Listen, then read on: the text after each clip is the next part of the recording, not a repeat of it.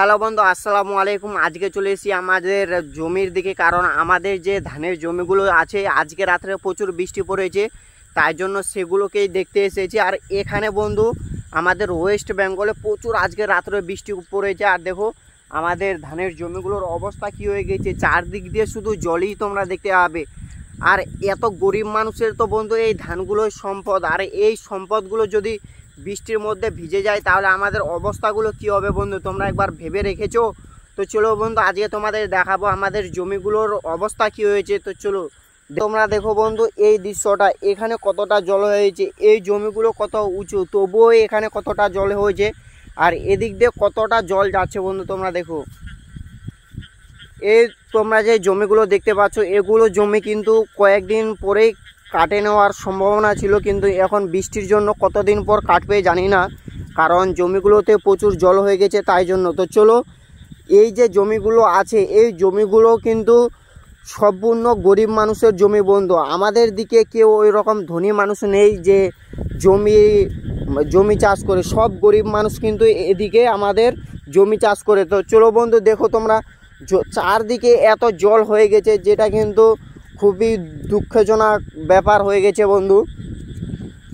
জমিগুলোর অবস্থা কতটা খারাপ হয়ে গেছে, বৃষ্টি পড়ে একদম হাওয়া হয়েছিল তাই জন্য কিভাবে শুয়ে গেছে ধানগুলো, যেগুলো ধান বন্ধু কয়েকদিন পরে কাটানো যেত, কিন্তু এখন ধানগুলোর অবস্থা তোমরা দেখতে পাচ্ছ মাটির সঙ্গে কিভাবে শুয়ে গেছে বৃষ্টির কারণে। কারণ এই ধানগুলো যা হয়েছিল প্রচুর ধান হয়েছিল, সুন্দর ধান হয়েছিল।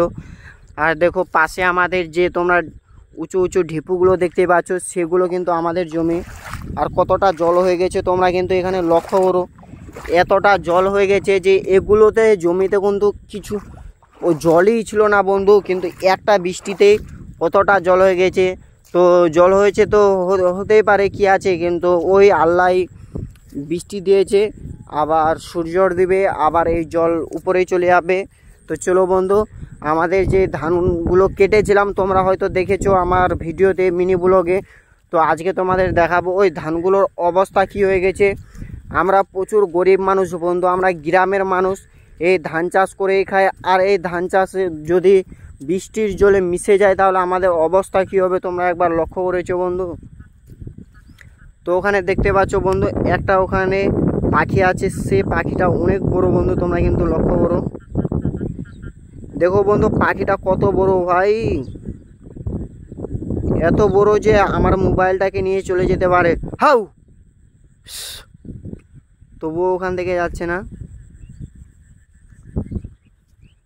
তো এই যে তোমরা ধানের ঢিপুগুলো দেখতে পাচ্ছ ওগুলো আমাদের। আর দেখো বন্ধু, আমরা যদি কয়েকদিন আগে যে ধানগুলো না কাটতাম তাহলে আমাদের অবস্থা কি হতো, পুরো জল জল হয়ে গেছে আমাদের জমিগুলোতে তোমরা দেখতে পাচ্ছ।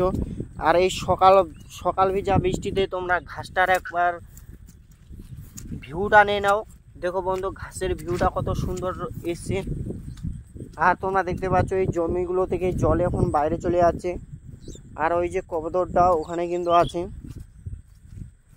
ওই যে উড়ে যাচ্ছে, দেখো কত বড় ভাই, ও আমাকে ঠকাই নিয়ে চলে যাবে কোনো। তো এই যে আমাদের ধানের জমিগুলোর অবস্থা কি হয়েছে তোমরা দেখতে পাচ্ছ, এত দুঃখজনক ব্যাপার যে পুরো ভিজে গেছে।